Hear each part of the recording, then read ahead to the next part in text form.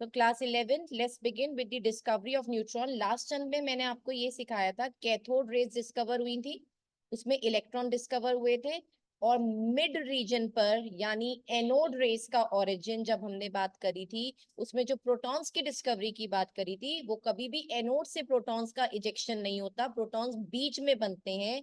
जब electrons gas के particle से इलेक्ट्रॉन्स को बाहर निकाल देते हैं, नॉकआउट कर देते हैं, तो जाके गैस के पार्टिकल्स एक्स पॉजिटिव फॉर्म के नंबर पे रिप्रेजेंट होते थे, इफ यू पीपल रिमेम्बर, और वो एक्स पॉजिटिव फिर नेगेटिव इलेक्ट्रोड यानी कैथोड की तरफ डाइवर्ट हो जाते थे, अट्रैक्ट हो जाते थे, and that used to frame up what, protons. और प्रोटॉन्स की उस रेस को हमने एनोड रेस कह दिया, ये सोचते हुए कि कोई चीज एनोड से निकली होगी, बट अल्टीमेटली प्रोटॉन्स एनोड से नहीं निकलते, रिमेम्बर दैट।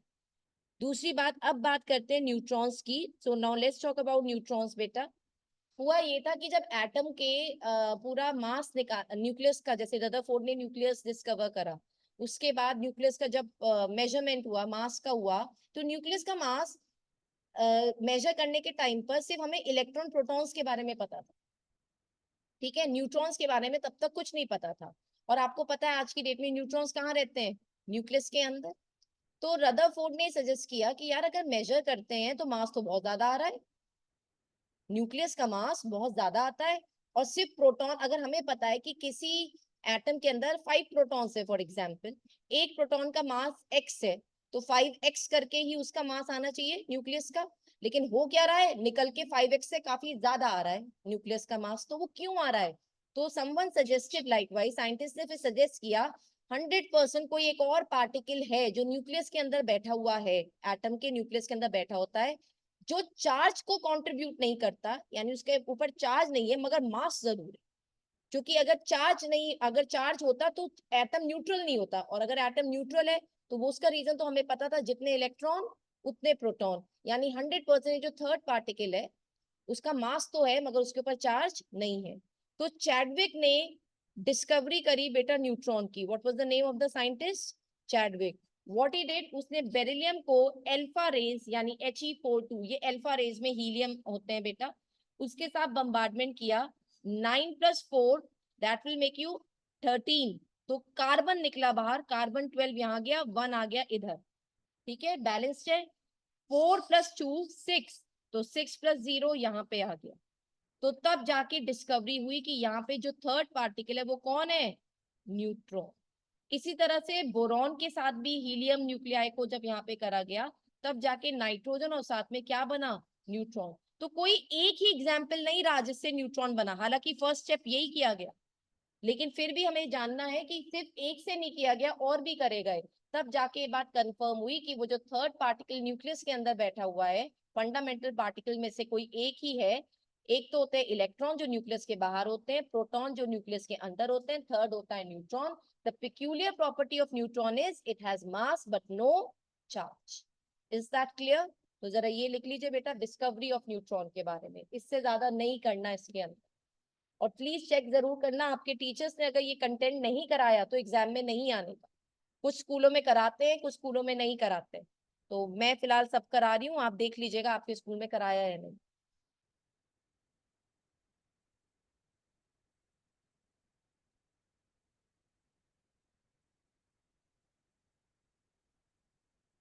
बेटा प्लीज बी क्विक, फिर मैं जरा करा दूं आप लोग को जल्दी।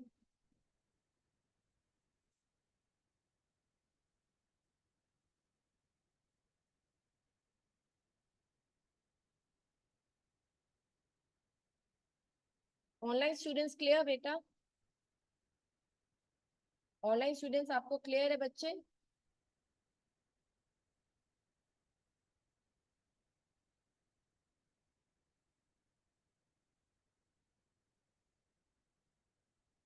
Okay fine Ojaswini.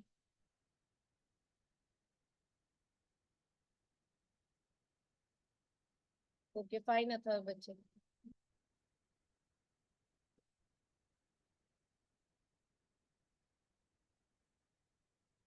अब यहाँ पे हेडिंग डालिएगा, एटॉमिक मॉडल्स,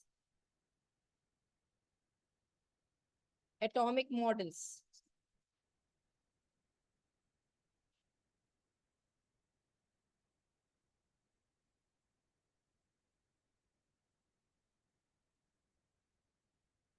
तो 2 मॉडल्स वर प्रपोज बेटा, एक था थॉमसन और एक है हमारे पास that is Rutherford nuclear model. ये तो सबको नाम पता होगा।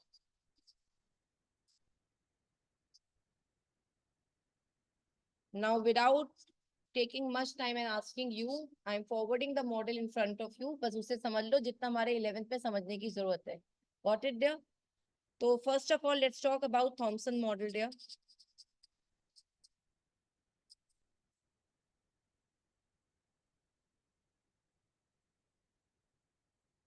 एक्चुअली सबसे पहला स्टेप अगर किसी साइंटिस्ट ने रखा मॉडल ऑफ एटम के लिए, मतलब सब लोग थोड़ा थोड़ा प्रपोज कर रहे थे, लेकिन एक फर्स्ट आउटपुट जो निकल के आया वो Thomson model.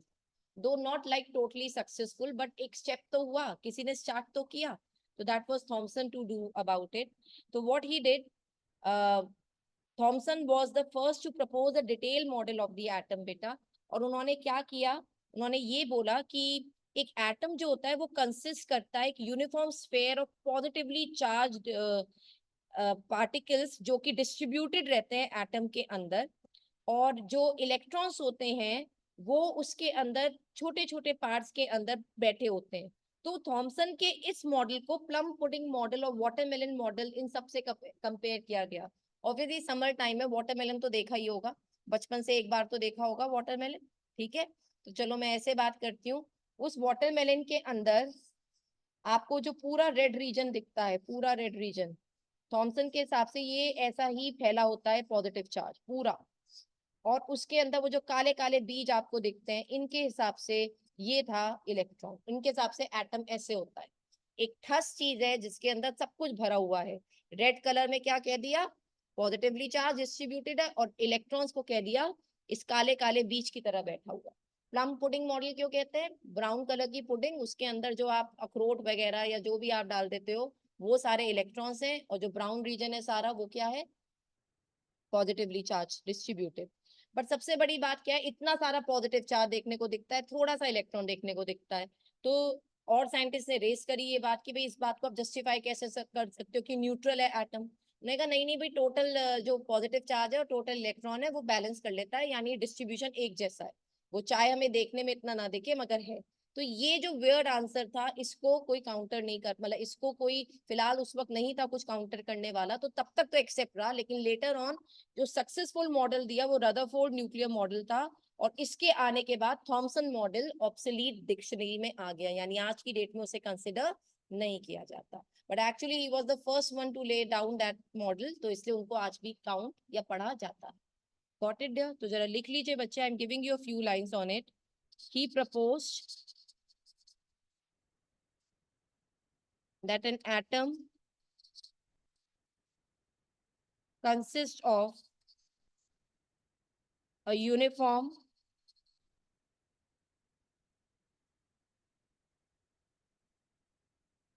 sphere of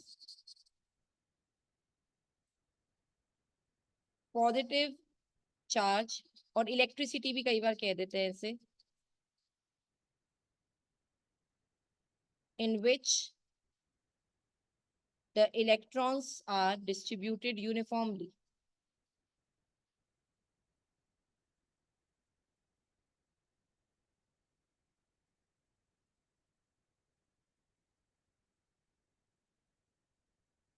Thompson model को मैं यहाँ लिख रही हूँ बेटा, प्लम पुडिंग मॉडल भी कहते हैं, वाटरमेलन मॉडल भी कहते हैं।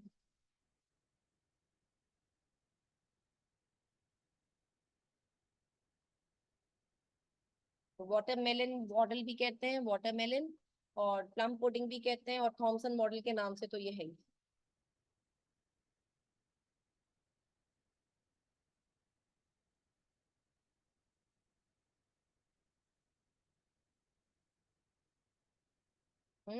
Done.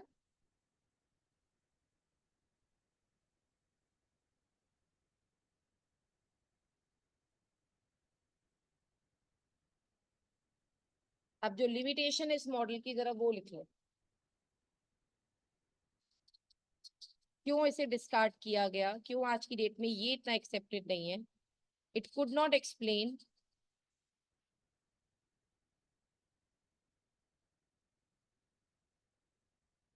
The observations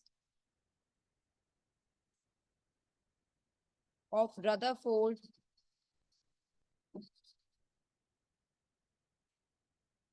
alpha particle scattering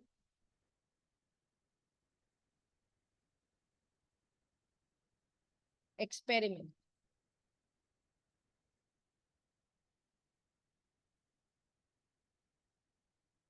माना उन्होंने ये बात बोली इलेक्ट्रिकली न्यूट्रल है। याद रखना थॉमसन ने क्या बात बोली कि एटम क्या है, इलेक्ट्रिकली न्यूट्रल।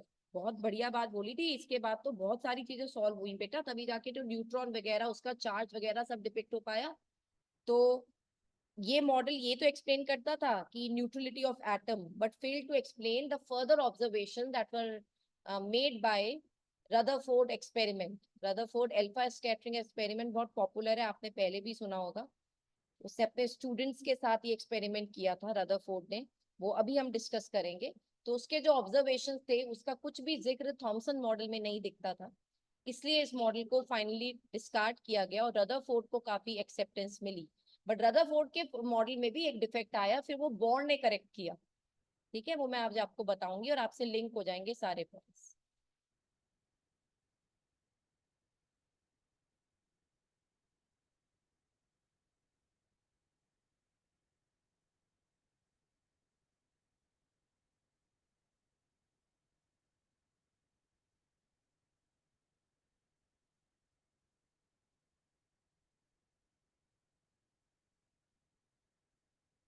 डन बच्चे, कोई प्रॉब्लम इसके अंदर? तो चलिए अब करते हैं रदरफोर्ड मॉडल।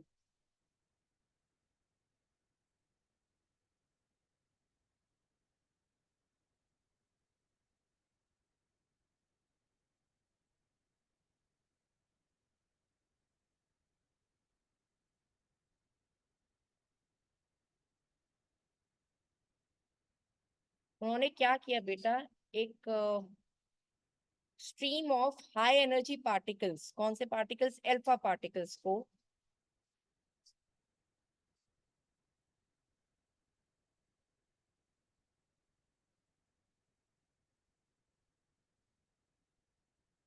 अल्फा पार्टिकल्स को बम्बार्डमेंट कराया एक पतली सी थिन फॉइल के थ्रू।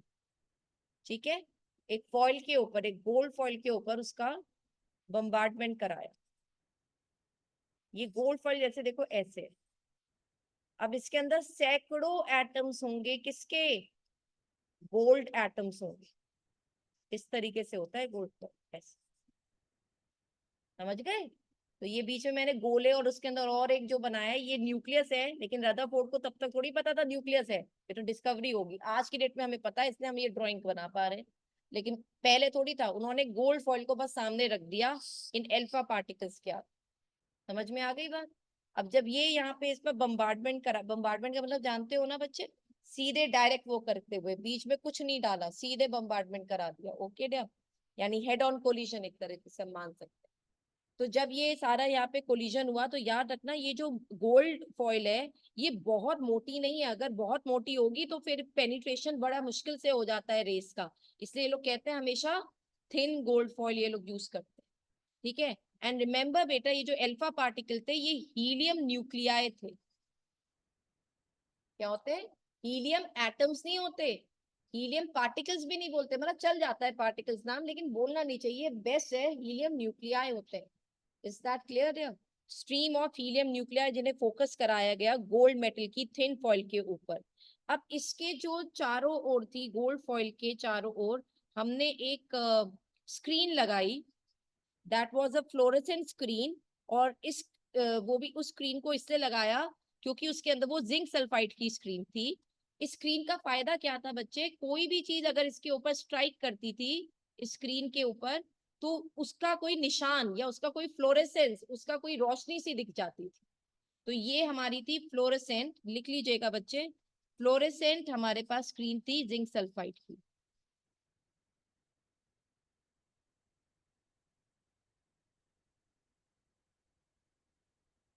तो जब भी अल्फा पार्टिकल स्ट्रक करते थे स्क्रीन पर, tiny flash of light produce होता था एट दैट पॉइंट।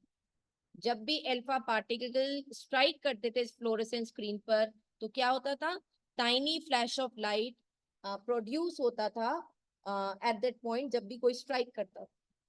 ठीक है,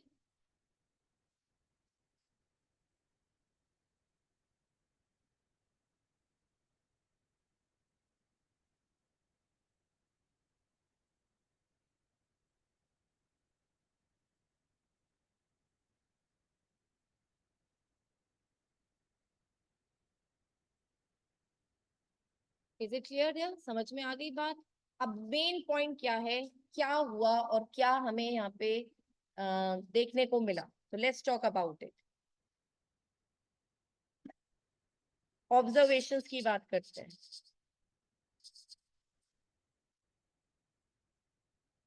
सबसे पहली चीज ये देखी गई बेटा, most of the alpha particles pass through the gold foil undeflected, यानी वो स्ट्रेट चले गए यूं, ऐसे। अच्छा, ये लैंग्वेज मोस्ट वाली कहाँ से आई?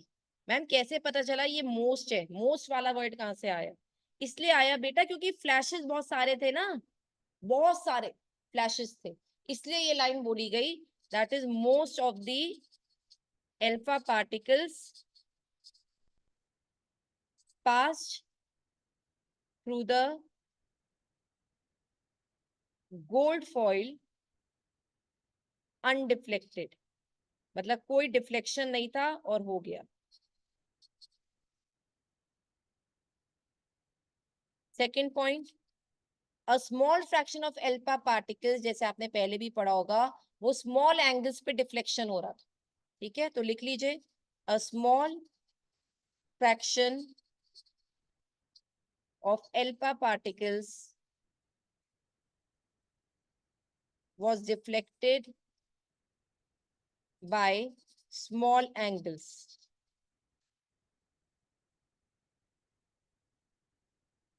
यानी कोई ऐसा सेक्शन था रेस का जो जाता था, स्ट्राइक करता था और डिफ्लेक्ट हो जाता था, मगर ये कोई सेक्शन बहुत ज्यादा नहीं था।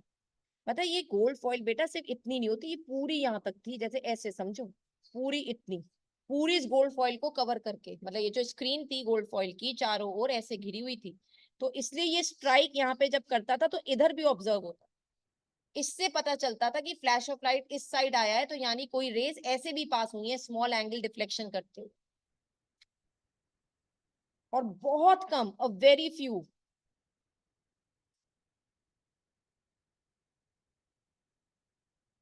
Alpha particles bounce back.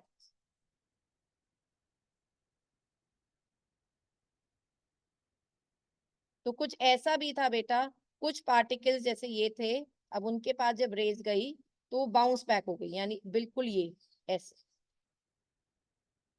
Is that clear?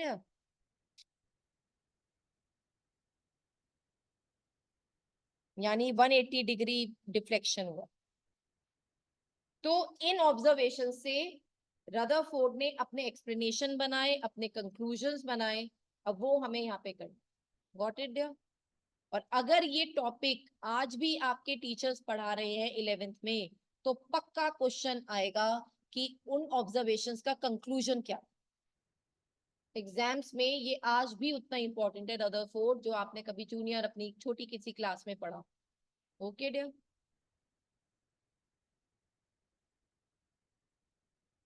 तो जरा मैं कंक्लूजन्स पे आ जाऊं। All done?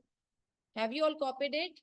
Online students, are you done? Okay बेटा, are you done online students dear?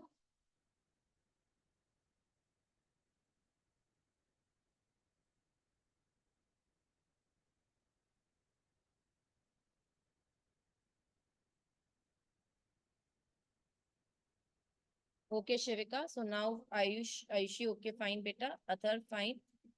तो अब जरा यहाँ पे करते हैं बेटा, लिखिए conclusions.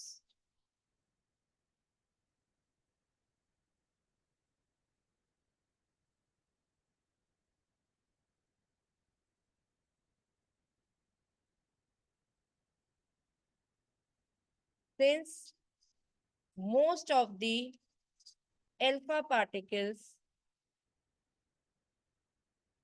pass through the gold foil undeflected, इसका मतलब आपको पता है It indicates that most of the space in an atom is empty.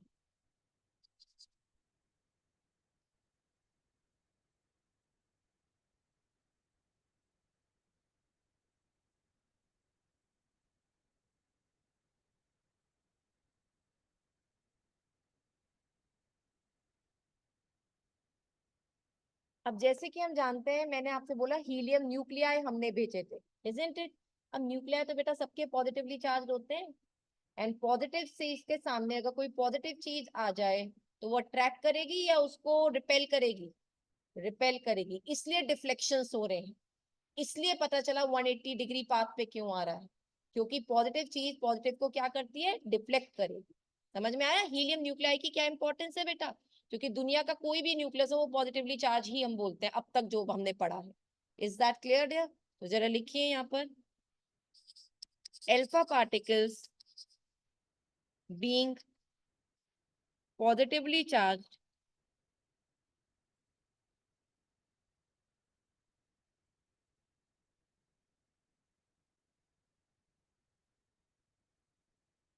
was shown to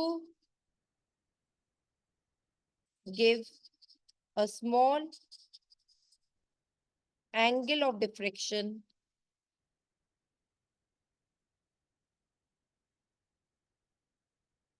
indicated presence of a heavy positive center in the atom. और Rutherford ने इसका नाम क्या दिया बताओ? Called this positive center as nucleus.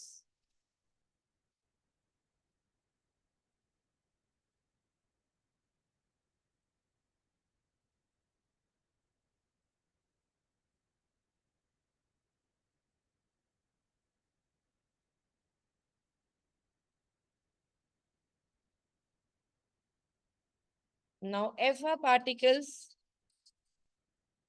which may head-on collisions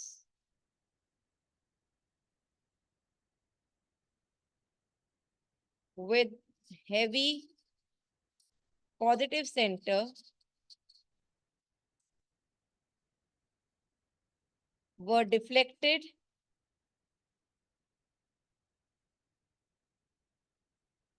through large angles.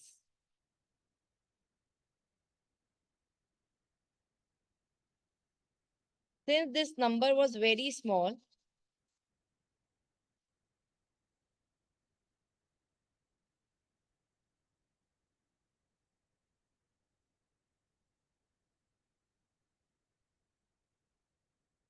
the space occupied by this small center is also small.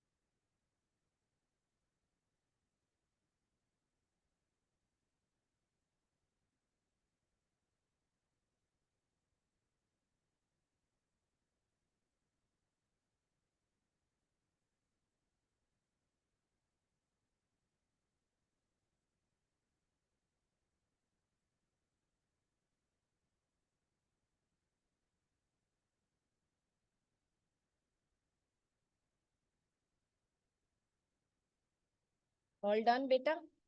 तो ये तो कंक्लूजन थे रदरफोर्ड एक्सपेरिमेंट के।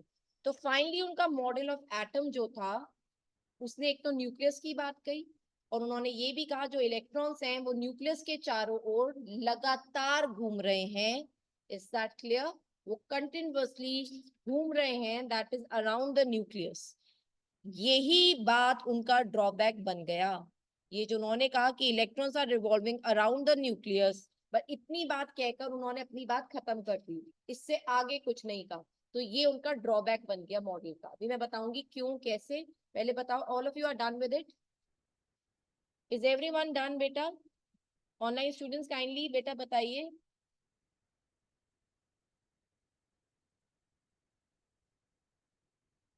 ओके डियर, तो जरा लिखिए यहाँ पे main points of this model, यानी Rutherford model.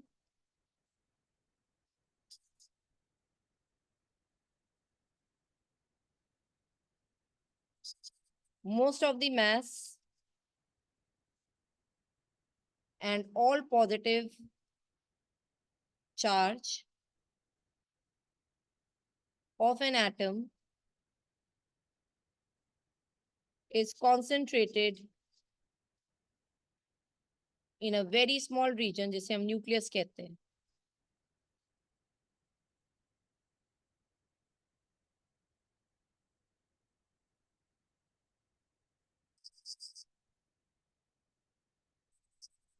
The positive charge on the nucleus is due to protons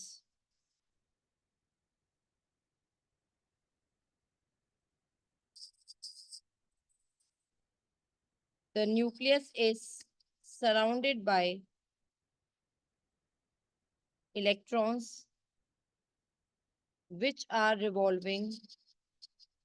बेटा मैं ऐसे ई लिख के छोड़ देती हूँ, तुम्हें एग्जाम में पूरा लिख के आना है। कभी तुम भी ऐसा काम कर दो, मैम आपने लिखा था ऐसे, लास्ट में आप ये बोल देंगे which are revolving around it at very high speed in circular path called orbits।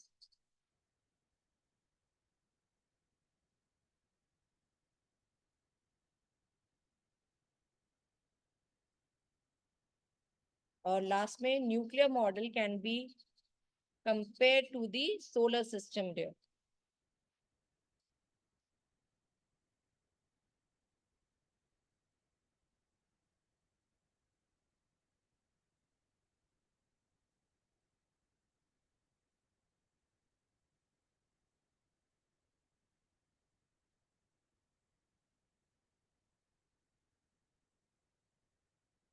वैसे रदरफोर्ड न्यूक्लियर मॉडल को प्लैनेटरी मॉडल ऑफ एटम भी कहते हैं।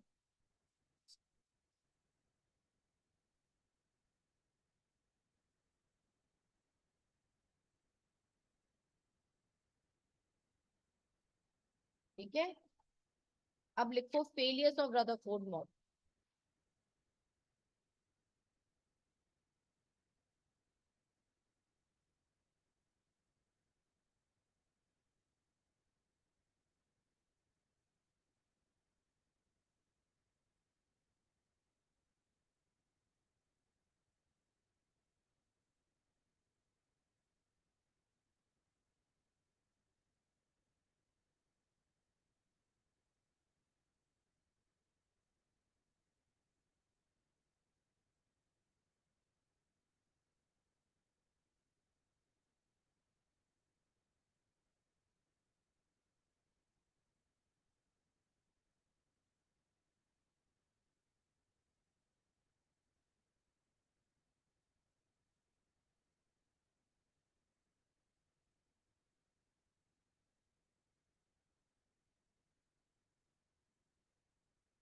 Okay, let's move on to the failures of Rutherford model, beta.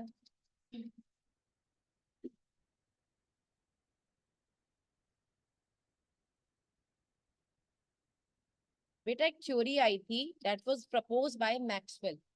उन्होंने एक electromagnetic theory दी थी। उन्होंने ये कहा था कि अगर कोई चार्ज पार्टिकल लगातार घूम रहा है तो वो यूं ही नहीं घूमता, उसकी एनर्जी खर्च होती है। ठीक है, वो कोई ऐसे नहीं कि वो उसको कोई एक मतलब वरदान मिला हुआ है कि तुम घूमते रहोगे सदा, ऐसा नहीं है। 100% जब भी कोई चार्ज पार्टिकल घूम रहा है तो उसकी एनर्जी खर्च होती है। अब रदरफोर्ड ने ये क्या बात कही कि उन्होंने कहा कि ये रहा न्यूक्लियस और इलेक्ट्रॉन जो है वो ऐसे जो है घूम रहा है इस तरीके। इस तरह से उन्होंने बात कही। रदरफोर्ड ने क्या कही कि इलेक्ट्रॉन जो है वो लगातार घूम रहा है, that is he said that electrons are revolving around the nucleus. उन्होंने ये नहीं कहा इन फिक्स्ड ऑर्बिट्स।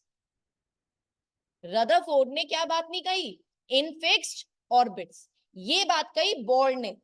अगर आपको याद है, हमने बोर्ड पोस्टुलेट याद कर रखे हैं, तो पहला पॉइंट ही मैंने आपको इस बताया था, बोर्ड ने बात करी थी स्टेशनरी ऑर्बिट्स की या फिक्स्ड ऑर्बिट्स की, जिसकी हम बात करते हैं इसमें इलेक्ट्रॉन रिवॉल्व करते हैं। रदरफोर्ड ने तो बस इतनी बात करके खत्म कर दी, electron revolves around the nucleus. तो मैक्सवेल ने क्वेश्चन उठाया, अगर ऐसा है कि इलेक्ट्रॉन रिवॉल्व कर रहा है तो ये पॉजिटिव चार्ज है न्यूक्लियस, क्योंकि इलेक्ट्रॉन लगातार रिवॉल्व कर रहा है तो उसकी एनर्जी खर्च होगी, यानी एक टाइम पे आके उसकी एनर्जी भी कम हो जाएगी। जब उसकी एनर्जी कम होगी 100%, न्यूक्लियस तो कहीं नहीं घूम रहा ना, वो तो अपनी जगह पर है, उसकी एनर्जी तो उतनी ही है, वो अपनी पॉजिटिव फोर्सेस इलेक्ट्रॉन को अपनी तरफ अट्रैक्ट कर लेगा। अट्रैक्ट करते करते इलेक्ट्रॉन घूमता घूमता हो सकता है न्यूक्लियस के अंदर गिर जाए, और अगर गिर गया तो ये इलेक्ट्रॉन वहीं पर न्यूट्रलाइज हो जाएगा। अल्टीमेटली ऐसे कर करके अगर हम सारे इलेक्ट्रॉन्स की बात करें, एक एक करके सारे इलेक्ट्रॉन लगातार क्योंकि घूम रहे हैं अराउंड द न्यूक्लियस, तो इस तरह से वो किसी भी ऑर्बिट मतलब किसी भी स्पेस को मार्जिन ना छोड़ते हुए न्यूक्लियस से अट्रैक्ट हो जाएंगे और न्यूक्लियस के अंदर एक एक करके गिर जाएंगे। अगर ऐसा हुआ तो एटम तो खत्म हो जाएगा बेटा, इजंट इट? अगर एक एक करके इलेक्ट्रॉन न्यूक्लियस के अंदर गिरने लगे तो ऐसे तो एटम खत्म हो जाएगा। तो ये जो मैक्सवेल इलेक्ट्रोमैग्नेटिक थ्योरी थी, इसके बारे में रदरफोर्ड के मॉडल में कोई एक्सप्लेनेशन नहीं था, इसलिए ये बन गया, that was the drawback of Rutherford's model. आई बात समझ में आप सबको? ठीक है, तो जरा ये पॉइंट लिख लीजिए बच्चे, जो मैं आपको दे रही हूँ, डिजाइन नहीं बनाना था, सिर्फ समझना था। ओके, अब जरा देखो यहाँ पे, अकॉर्डिंग टू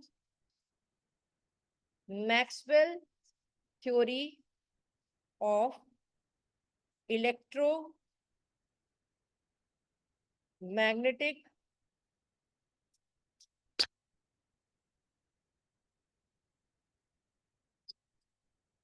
radiation, electromagnetic, एक मिनट रुको, according to Maxwell theory of electromagnetic radiation, a charged particle when accelerated, यानी जब वो घूम रहा है किसी certain speed से, emits energy in the form of electromagnetic radiation.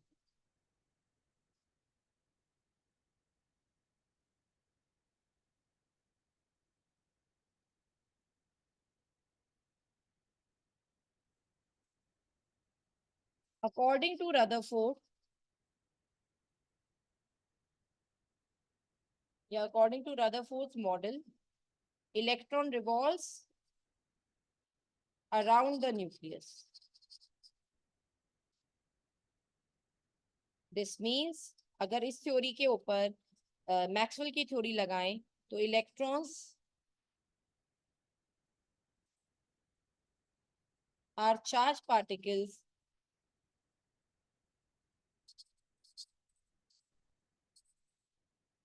therefore they would emit, would नहीं बल्कि should लिखो, they should emit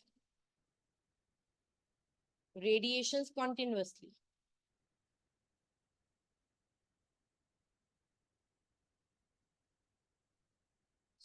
As a result, they would slow down, जो लगातार भाग रहा है थकता है ना, तो ऐसे समझो, they would slow down and would no longer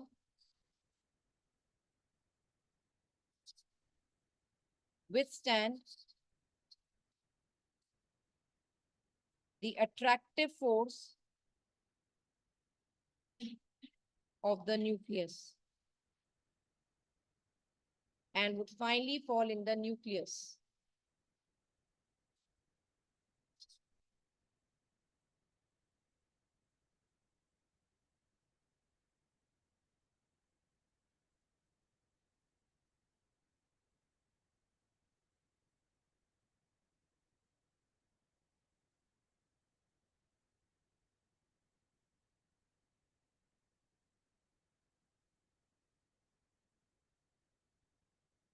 तो इसको एक्सप्लेन रदरफोर्ड नहीं कर पाए, इसलिए ये बन गया drawback of Rutherford model. Rutherford का सबसे बड़ा ये था, उन्होंने ये कह दिया कि इलेक्ट्रॉन्स जो होते हैं वो रिवॉल्व करते हैं अराउंड द न्यूक्लियस। उन्होंने ये बात नहीं बोली फिक्स्ड ऑर्बिट्स में कर। ठीक है।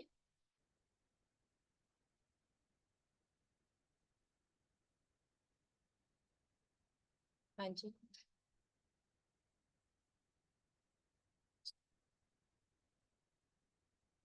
इज इट क्लियर बेटा, समझ में आई इतनी बात?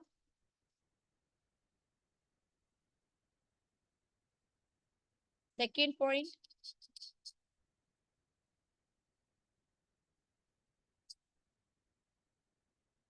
Rutherford could not explain the distribution of electrons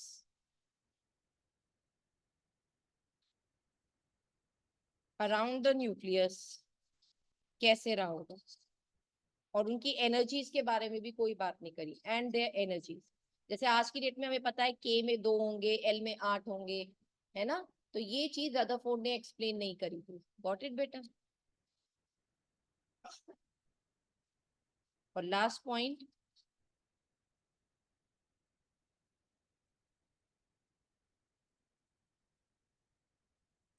according to Rutherford, क्योंकि उन्होंने बोला लगातार इलेक्ट्रॉन घूम रहा है, तो एटॉमिक स्पेक्ट्रम किसी भी एटम का should be continuous spectrum.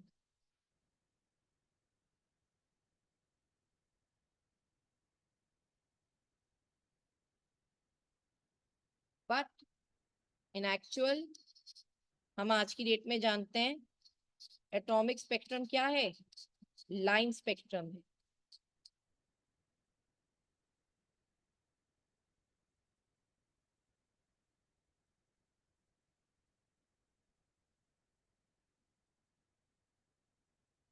Done dear, समझ में आई बात?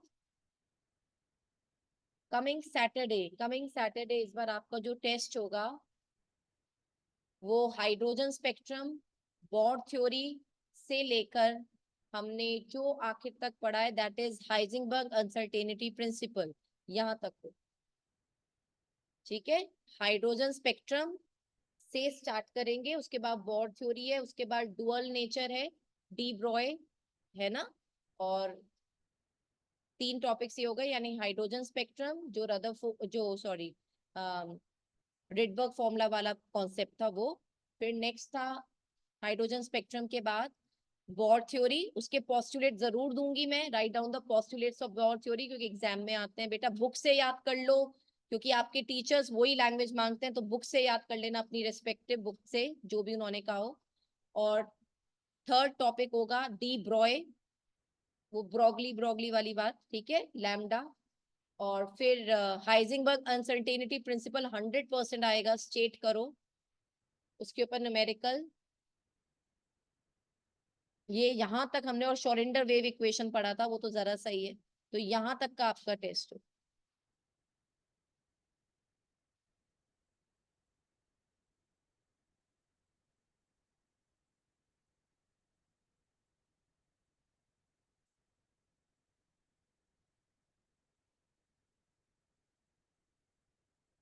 इज इट डन बेटा? All done? कोई प्रॉब्लम यहाँ तक? तो बोर के इस डिफेक्ट को किसने रिमूव करा? आई एम सॉरी, रदरफोर्ड के इस डिफेक्ट को किसने रिमूव करा? बोर ने, बाय सेइंग फिक्स्ड ऑर्बिट्स में इलेक्ट्रॉन घूमते हैं। इज दैट क्लियर डियर, समझ में आ गई बात?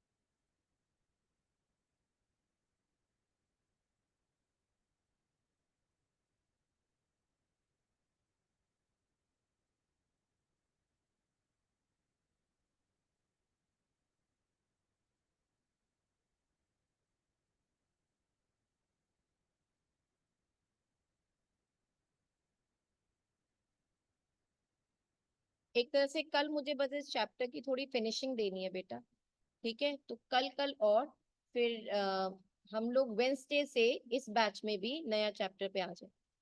Is that clear dear? ठीक है।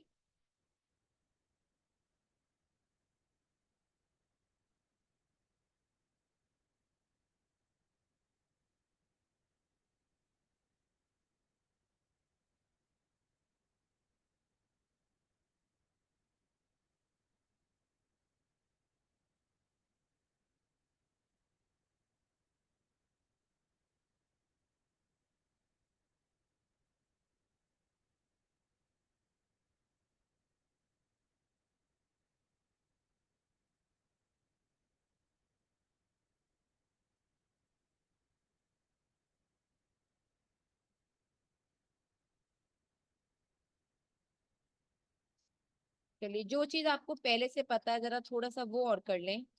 Put down the heading isotopes.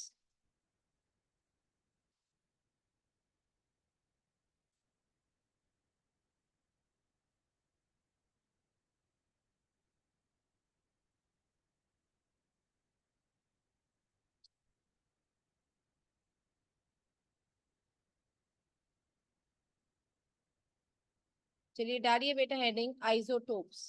आप सबको पता है ये होते क्या है? Atoms of same elements with what? Same atomic number but different mass number. I hope you people remember बेटा एटॉमिक नंबर क्या होता है। किसी एटम में अगर हम बात करें तो इसका मतलब होता है number of electrons and the number of protons, because atom क्या होता है? न्यूट्रल। और मास नंबर क्या होता है बच्चे?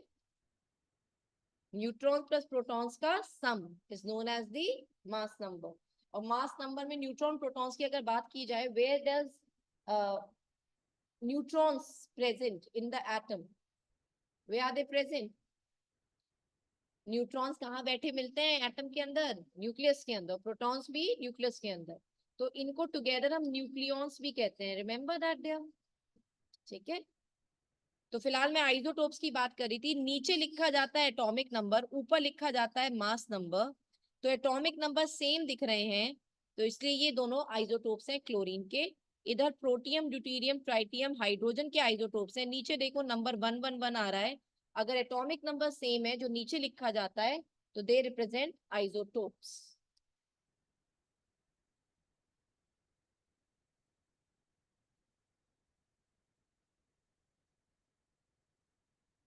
नेक्स्ट लिखिएगा बेटा आइसोबार्स।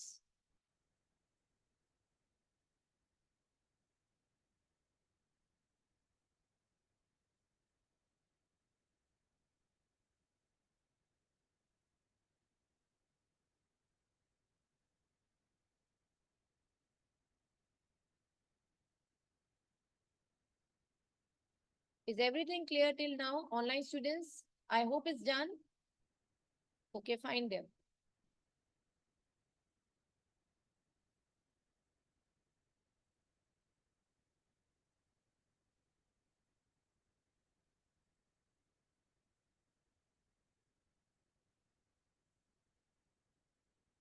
Done?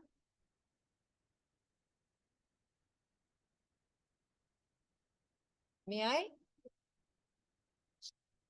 आइसोबार्स की बात करते हैं बेटा। अब ये रहा एटम्स ऑफ डिफरेंट एलिमेंट्स। वो थे एटम्स ऑफ सेम एलिमेंट्स, ये है एटम्स ऑफ डिफरेंट एलिमेंट। वहाँ एटॉमिक नंबर सेम था या एटॉमिक नंबर डिफरेंट है? वहाँ मास नंबर अलग था या मास नंबर सेम है? यानी ऊपर के नंबर देखिए कार्बन और नाइट्रोजन के 14 14, और एटॉमिक नंबर देखें तो यहाँ पे 6 और 7 डिफरेंट दिख रहे हैं। तो that's why they are termed as isobars. अच्छा मैं एक बार बता दूं, एग्जैक्टली नहीं होता कि 14 14 हो। लाइक 13.9, लाइक 14.01, तो अप्रोक्सीमेटली इक्वल से मान लिया जाता है। ठीक है।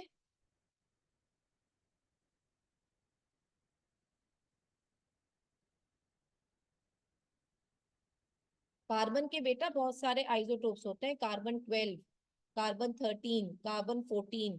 तो ये तीनों आइसोटोप्स है ना, मास नंबर डिफरेंट है, तो 14 वाले को कंपेयर किया गया है नाइट्रोजन वाले से। इज इट क्लियर या?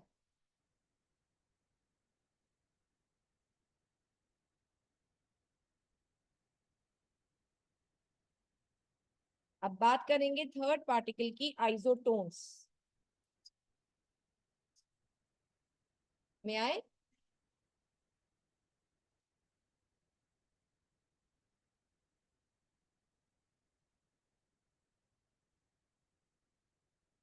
अराउंड या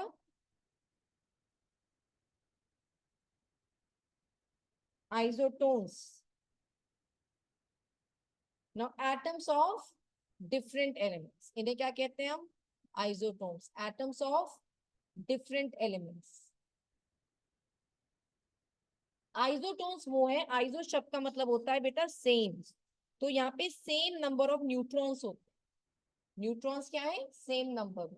लेट्स सी टू इट कैसे। हमने यहाँ 6C14 7N15 8O16 लिखा। आपको पता है न्यूट्रॉन्स कैसे निकलते हैं? नंबर ऑफ न्यूट्रॉन्स निकालने के लिए हम जो फॉर्मूला अप्लाई करते हैं, that is mass number minus atomic number. 14 minus 6, 15 minus 7, 16 minus 8। ठीक है, सबके नंबर 8 8 8 आ रहे हैं, इसका मतलब न्यूट्रॉन्स की नंबरिंग सब में सेम है, इन्हें कहते हैं आइसोटोन्स।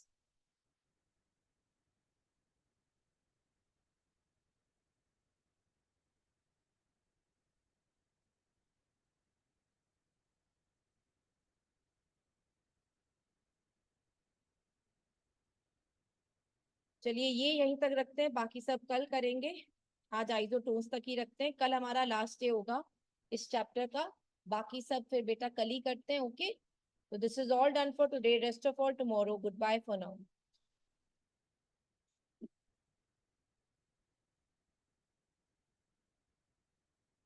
ऑनलाइन स्टूडेंट आप सबने कॉपी कर लिया बेटा?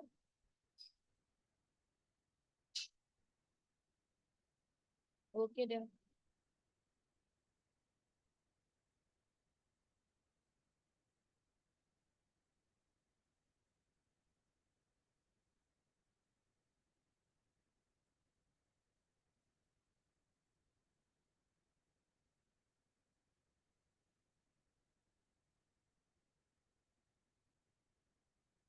Okay dear, so good bye for now.